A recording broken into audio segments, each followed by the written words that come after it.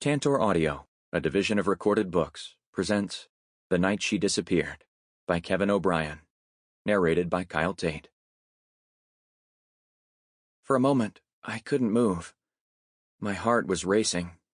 I couldn't believe what I'd just done. But then, something clicked, and I suddenly realized I had to clean up all the blood. I grabbed a towel out of the bathroom and wrapped it around her head. Excerpt. Session 3. Audio recording with Dr. G. Tolman, July 23rd. Chapter 1. Friday, July 10th, 9:13 a.m., Seattle. Anna Malone woke up to her phone ringing, but for a few seconds, she didn't move. Her head ached and throbbed. It hurt just to roll over, away from the phone. She didn't even want to open her eyes. Thankfully, the phone went to voicemail. Her mouth was pasty, and she felt dehydrated. Where the hell was her night guard? She'd had way too much to drink last night. Now, it was coming back to her. Feeling so tense and uncomfortable, sitting in that elegant restaurant with Russ and Courtney, and wishing the entire time that a hole would open up in the floor so she could just slide under the table and disappear. What was the name of the drink Courtney had ordered for her again and again? Lemon drop. Anna wondered how many she'd put away. She'd lost track after 3. She barely recalled anything else. She must have blacked out. It took Anna another few moments to realize she wasn't in her own bed. That was why the room was so hot and bright. The shade wasn't down, and the sun streamed through the window. She could feel it against her face. Grimacing, she opened her eyes. "Oh, shit," she muttered. She was in her mother's bedroom. She still called it that sometimes, even though her mom had been dead for 12 years. The compact little room was now Anna's office, with a daybed for guests, though she rarely had any. Back when she'd been in high school, when she and her mother had first moved into the Lake Union floating home, this had been Anna's bedroom. Her mom had had the bigger bedroom upstairs. But then, after only a few months, the steep, narrow stairs that led up to those quarters became too much of a challenge for her mom. She was only 50, but claimed her balance was failing her, and she wanted to be on the main level, closer to the bathroom. The truth was, in the course of those few months, her mother had become an alcoholic. That was why they'd switched rooms, and Anna had gotten the master bedroom upstairs. Her mother was usually too drunk or hungover to make it up and down those steep steps. She used to stay sober long enough to punch in and out at Macy's, where she was a clerk in kitchenware. Then she'd come back to their charming little floating home and get quietly smashed on bourbon and water while watching TV. Her mother wasn't a mean drunk. She'd merely become sleepy, sloppy, and out of it by the 4th drink. But she always stayed sweet. Looking back, Anna was pretty pissy and impatient with her poor mother, who, after all, had been through hell. Anna regretted how bratty she'd been back then, always rolling her eyes at her.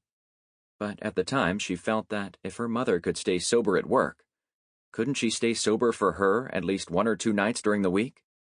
Anna remembered some evenings, her mother acting as if it was a major burden to fix their dinner and clean up afterward. Occasionally, her mother would insist on washing the dinner dishes, but Anna would only have to wash them over again, because her well-meaning, inebriated mom did such a crappy job of it. Anna still didn't have a dishwasher, and sometimes when she noticed a spot of food she'd missed on a dish in the drying rack, she would think she was becoming just like her mother. That was why Anna rarely drank more than 1 glass of wine a night.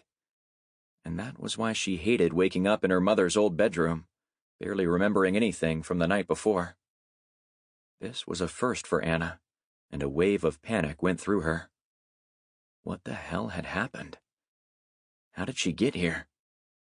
She rolled over again, sending a jolt to her aching head. She grabbed the phone off the end table and squinted at the time. She should have been at work an hour ago. Throwing back the bedsheet, Anna realized she was wearing, along with her panties, a semi-dressy striped tee from J. Crew. She usually wore a large old t-shirt to bed. It made no sense that she'd decided to sleep in this $79 top. She staggered into the bathroom, turned on the cold water at the sink, and slurped from the faucet. She was dying of thirst. After splashing some water on her face, she winced at her reflection in the mirror. She was 31, but this morning she looked more like 50. "Rode hard and put away wet," as her mother used to say. Her face was pale and droopy, her green eyes bloodshot, and her shoulder-length cinnamon-colored hair was a hopeless mess. A major part of Anna's job was appearing presentable. She was a reporter for KIXI TV News. Fortunately, she didn't have to be in front of the cameras until 6 o'clock tonight. But she'd missed this morning's editorial meeting. She also needed to edit a feature story for the evening's telecast, a piece she'd been working on for most of the week. She and her cameraman, George, had an editing room reserved for 9 this morning, and they still had to record her voiceover. The story was about Courtney Knoll, her dinner companion from last night, the lemon drop pusher. Anna had known Courtney for about a month, a miserable, confusing, conflicted month. She'd known about Courtney for over a year before that. Anna took 2 aspirins and slurped them down with more water from the faucet. While brushing her teeth, she staggered into the kitchen and turned on the coffee maker. The phone rang again. Anna spit out the toothpaste in the kitchen sink, rinsed out her mouth, and hurried into the office to answer the phone. She figured it was probably George at work. They had the editing room only until noon. She snatched the phone from the end table and saw Russ was calling. She clicked on the phone. "Hey," she murmured. "How are you feeling?" "Like I should get the license plate number of the truck that hit me," Anna replied, rubbing her eyes. "My head's about to explode. I overslept. I'm still home. Did you try calling me earlier?" "Yeah, about 10 minutes ago. So, I'm guessing you haven't heard from Courtney this morning." "Let me see. Give me a sec." Anna checked her missed texts and emails. Her hands were trembling. Was this what people called the shakes? She took a deep breath, tried to steady herself, and got back on the line. Looks like you're the only one who called. Listen, what happened last night? I don't remember anything after the restaurant." Her voice started to crack. "It's really scaring me." "I'm sorry," he said, sighing. "It's Courtney's fault. She kept reordering drinks, and you kept telling her that you'd had enough. By the time we left Canlis, you were pretty wasted. Courtney insisted you come by our place for coffee." "I had coffee at your place?" "You were at our place, but the coffee never got brewed. Once we returned from the restaurant, Courtney headed straight for the liquor cabinet, and the last thing she needed was a nightcap. She started to get nasty. To me, and especially to you." "Were there accusations?" Anna asked warily. "She didn't come out and actually say anything, but she made a few insinuations. I couldn't take any more, so I drove you home." "You drove me?" she asked. Russ and Courtney's $2 million floating home was 2 docks down on Lake Union from her place, only a 10-minute walk away. "Well, you could barely stand," Russ said. "By the time we reached your place, you got sick. You just made it to the head. I cleaned you up, gave you an aspirin, and put you to bed." Anna didn't remember any of it. She still had the shakes. She hadn't felt this awful since she'd had the flu 2 years ago. She glanced down at her J. Crew tee again and realized Russ must have put it on her, thinking it was a pajama top. "So, you tucked me in. Well, thanks." She headed into the kitchen. "What time was that?" "Around midnight. I wasn't ready to go back for more abuse, so I drove around for a couple of hours. When I finally came home, Courtney was gone."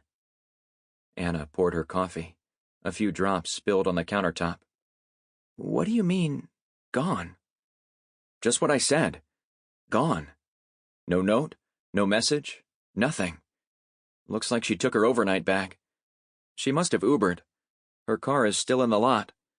I guess she was smart enough not to drive while drunk. Anyway, I thought she might have texted you this morning to apologize. After all, you're airing that promo piece on her tonight." Anna sipped her coffee. "Well, like I say, I haven't heard from her. Has Courtney ever done this before?" "You mean packed a bag and disappeared?" "No. This is something new, and I'm going nuts here." "I'm sure that's exactly what she wants you to do." Anna sighed. "Are you at work?" "Yeah," he said. "Anyway, I have a feeling that before she contacts me, Courtney will get in touch with you, if for no other reason than to make sure you don't yank her story off the news tonight. She's been counting on it to boost her book sales. Could you do me a big favor and let me know as soon as you hear from her? Maybe find out where she is, too." "Sure. No problem." Anna was getting impatient with him. She glanced at the clock on the microwave. "Listen, I need to go. I'll call you as soon as I hear from her. Okay?" "Okay, bye," she said, cutting him off. Then she hung up, before he could say anything else. She hated how upset he sounded, as if his wife packing a bag and leaving was the worst thing that could happen. Hell, wasn't something along those lines just what Russ had been hoping for these past several months? Weren't they planning to split up anyway? That was what Russ had told her. Or was that just something married men said to their gullible girlfriends? No, Russ wasn't like that. He'd mentioned that Courtney's car was still there in the boat slip's private lot. For a moment, Anna imagined a drunken Courtney with her suitcase, stumbling off the dock, falling into the water, and hitting her head on one of the pilings. That would be one solution, she thought. She immediately felt awful for even letting such an idea enter her head. For the last year, her number one concern had been that no one got hurt. And here she was imagining how convenient it would be if Courtney were dead. She didn't mean it. Anna told herself that her thinking was muddled because of this horrible hangover. She wished she could remember what had happened last night after the restaurant. She'd never blacked out or lost time before in her life. Did Courtney know about Russ and her? Russ had said she'd made a few insinuations, but he didn't elaborate. Whatever was said, for Anna, it felt like there was no going back to the way things had been for her and Russ this past year. Either the two of them would move forward, or he'd reconcile with Courtney. It was why Anna hated to hear him sound so worried. It was the sound of a husband ready to reconcile with his spouse. Anna kept going back to last night, wishing she could remember exactly what had happened and what had been said, but it was all muddled. For now, she'd just have to take Russ's word about everything that had occurred. Still a bit shaky, Anna took another gulp of coffee and started to get ready for work. Chapter 2. Friday, July 10th, 11:19 a.m. The woman on the computer screen was strikingly beautiful, with long chestnut-colored hair, big brown eyes, and full lips. She wore a simple, elegant, sleeveless white blouse that showed off her tan. She looked smart, sexy, and sophisticated. But when she opened her mouth, out came a halting voice that seemed to belong to a breathy young Southern girl.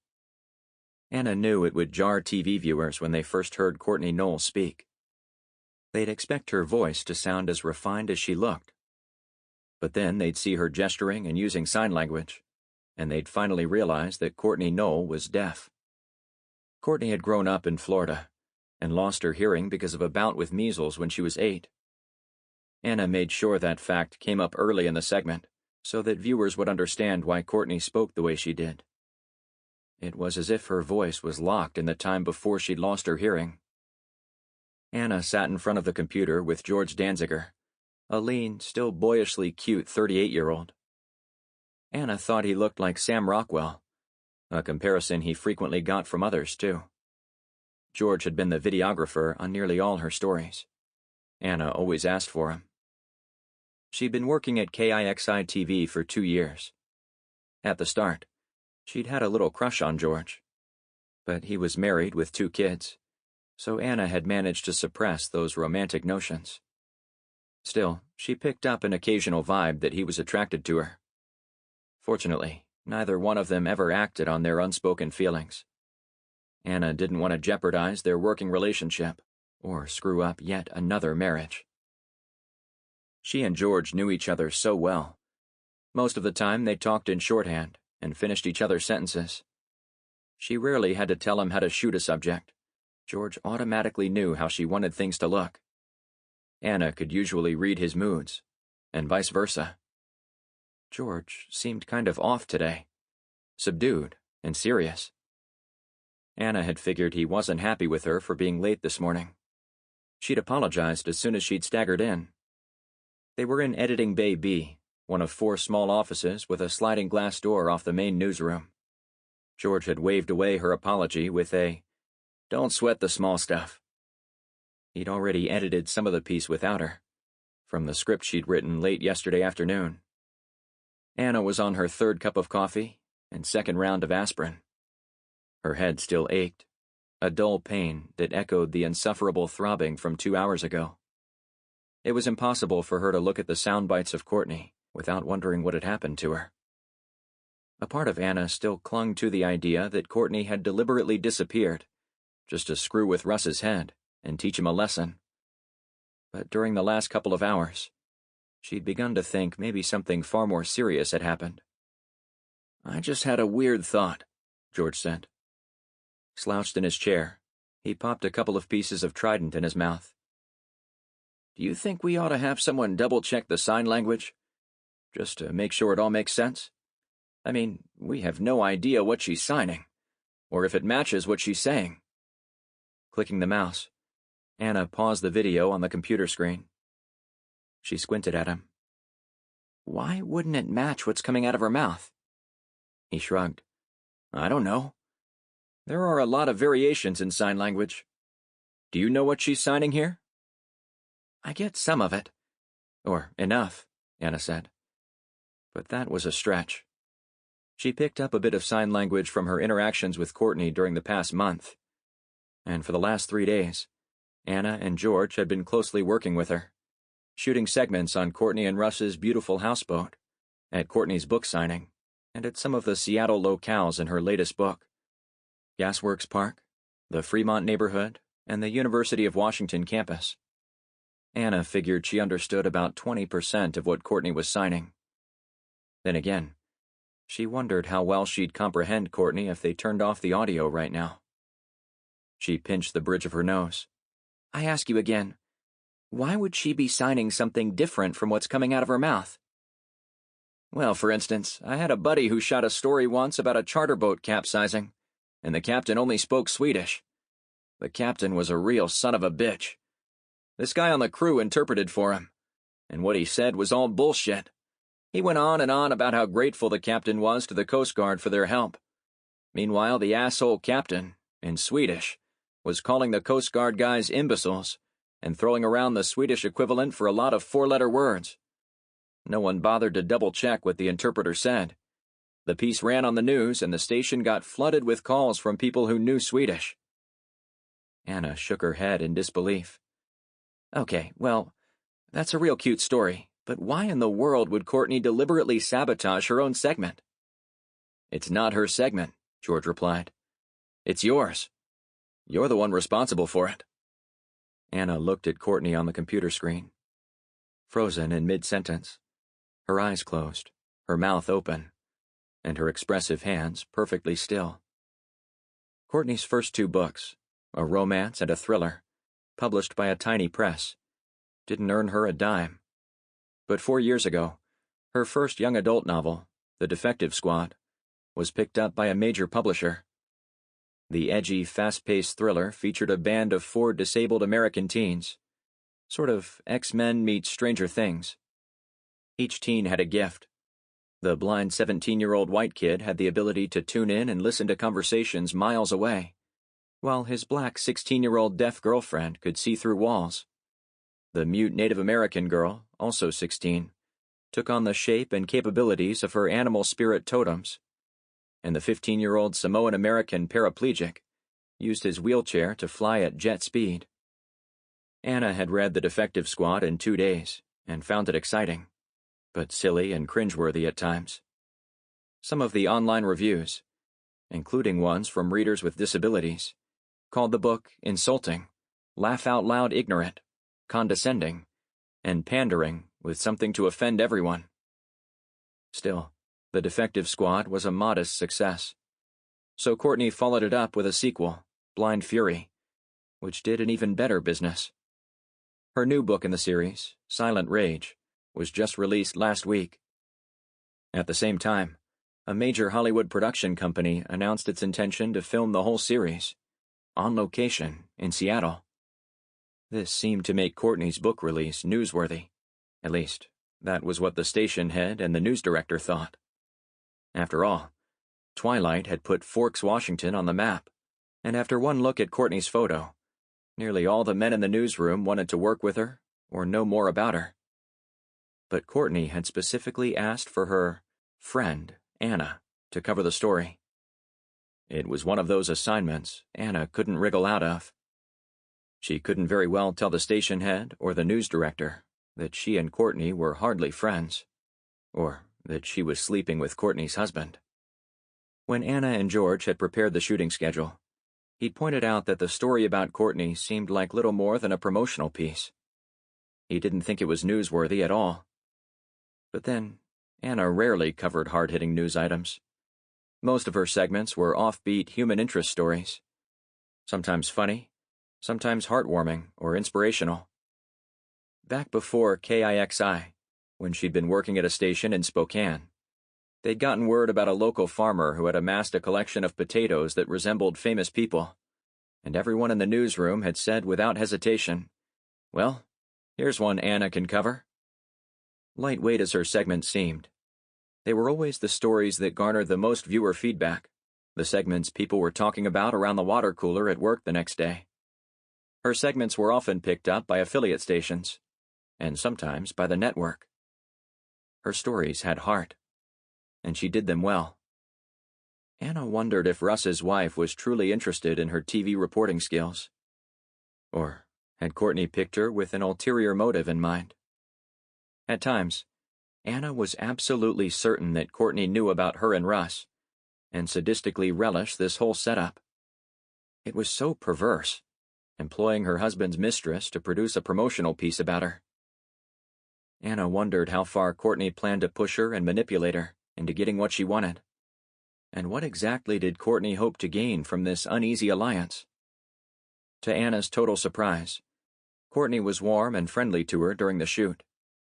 She'd studied Anna's work, and often brought up different news stories she'd done. "Maybe we could have a shot of me in my favorite coffee place, you know? Like you did in your profile of that teacher from a couple of months ago." Anna found that she liked pleasing Courtney, and lapped up her compliments. It was a hazard of the job, becoming a fan of her subjects. She wouldn't have admitted it to anyone, but Anna also got immediate satisfaction from helping someone with a disability. Seeing Courtney sign thank you to her filled her with pride. And after some studying online, she got a kick being able to sign certain words and phrases back to Courtney. Anna started to hate herself for what she and Russ were doing behind Courtney's back. But if Courtney knew about them, she didn't let on at all. Then, after a couple of days, Anna realized she'd handed most of the control on the project over to Courtney. It irritated the hell out of George. For example, Anna found it fascinating that, at age 19, Courtney had had cochlear implants that had marginally increased her hearing capacity. She kept the required external hardware hidden under her thick chestnut brown hair. Anna never caught a glimpse of the microphone behind Courtney's ear and a recharger near the back of her skull. Anna could have done a whole series on how these implants helped different hearing-impaired people. But Courtney didn't want it mentioned at all, because some members of the deaf community thought the procedure negated deaf culture and its own communication system of signing. Courtney didn't want to risk alienating any potential fans by mentioning that she'd had the controversial operation. So the topic was verboten. Courtney also told Anna that she could show only pre-selected photos of her with her husband. She also didn't want them to interview Russ or her mother. And she wouldn't talk about the 2 unsuccessful books before the Defective series, written under her maiden name. Anna and George had spent the better part of Wednesday afternoon at Courtney's floating home, where they filmed her tutoring sign language to an 11-year-old deaf boy. She'd supported herself as an American Sign Language tutor before the book sales took off. "To find clients," she explained in the soundbite, signing as she spoke, "I used to go around to doctors' and pediatricians' offices and leave my card and my resume. That's how I met my husband, Russ. He was a pediatrician at one of those offices." The 11-year-old was adorable, and they got some cute scenes with Courtney and him interacting at her kitchen counter. But the following day, Courtney let it slip that she hadn't actually tutored in 3 years, and the kid had been a former student. George was livid. He wanted to toss out the entire tutoring scene because it was merely an act. Rather than scrap the whole thing, Anna reduced the scene to a 12-second soundbite. It was a compromise to please Courtney. Anna and George fought over it. In fact, it was one of the worst fights they'd ever had. Anna had figured Courtney would have tried harder to make friends with the cameraman. After all, George was the one who made her look good. She remembered Courtney once telling her how annoying it was when she used an interpreter, and people speaking to her would look at the interpreter instead of her. So it seemed kind of strange that Courtney always addressed Anna as if she interpreted for George. "Tell the cameraman I don't want that side of the living room in the shot, because you can see out the window, and someone might figure out where I live." She'd said this with George 7 feet away from her, right there in the room. Maybe because she couldn't see his face behind the camera, Courtney felt she couldn't talk directly to him. Still, it was odd. Even when George wasn't holding the camera in front of him, Courtney often treated him like he was invisible.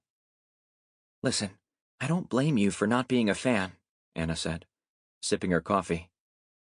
On the computer screen in front of them, Courtney was still frozen in mid-sentence. "If she wasn't very friendly to you, I think you can chalk it up to her being nervous and on edge about the shoot."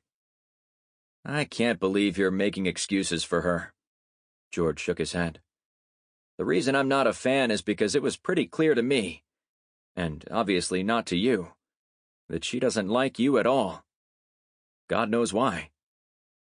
Anna glanced at the computer screen and the still image of Courtney holding her hands in front of her as she signed. The engagement and wedding rings gleamed on the third finger of her left hand. "I see you bending over backward to please her," George continued. "I've seen you do that before with different people we've profiled, but not to this extent. I know you want to make allowances for her because she's deaf. But what baffles me is why you're even friends with her. The entire time we've worked with her, I've had this feeling she has something on you. As if you owed her. Do you actually even like her?" Anna just shrugged uneasily. "That's what I thought. This whole puff piece was motivated by guilt." She gave him a narrow look. "Why would you say that?" "Because you can hear," he replied. "And ever since she was 8, she hasn't been able to hear anything. No Beatles, no Ella Fitzgerald, no Springsteen, no waves splashing on the shore, no sounds of children laughing. So you're motivated by guilt." That wasn't why Anna felt guilty in regard to Courtney. But obviously, in just 3 days, George had picked up something she hadn't about Russ's wife. Courtney had been manipulating her all this time. Anna let out a long sigh. "Well, even if she's a total bitch and hates my guts, I sincerely doubt Courtney would purposely screw up a promotional piece that benefits her more than anyone else. I mean, why would she shoot herself in the foot like that?" "Just what I said. Maybe to bring you down," George explained. Anna realized he might be right. What if, while she verbalized about something else in her little girl's voice, Courtney was signing and trashing the reporter responsible for this piece? Was that even possible? Could someone do that? Sign and speak 2 different messages at the same time? Wasn't it like simultaneously rubbing your belly and patting your head? If Courtney was out to destroy her, Anna wondered just how far she was willing to go. She glanced at her wristwatch. Well, I guess it wouldn't hurt to get someone to check her signing before this goes on the air tonight. George nodded. Good. Sample complete. Ready to continue?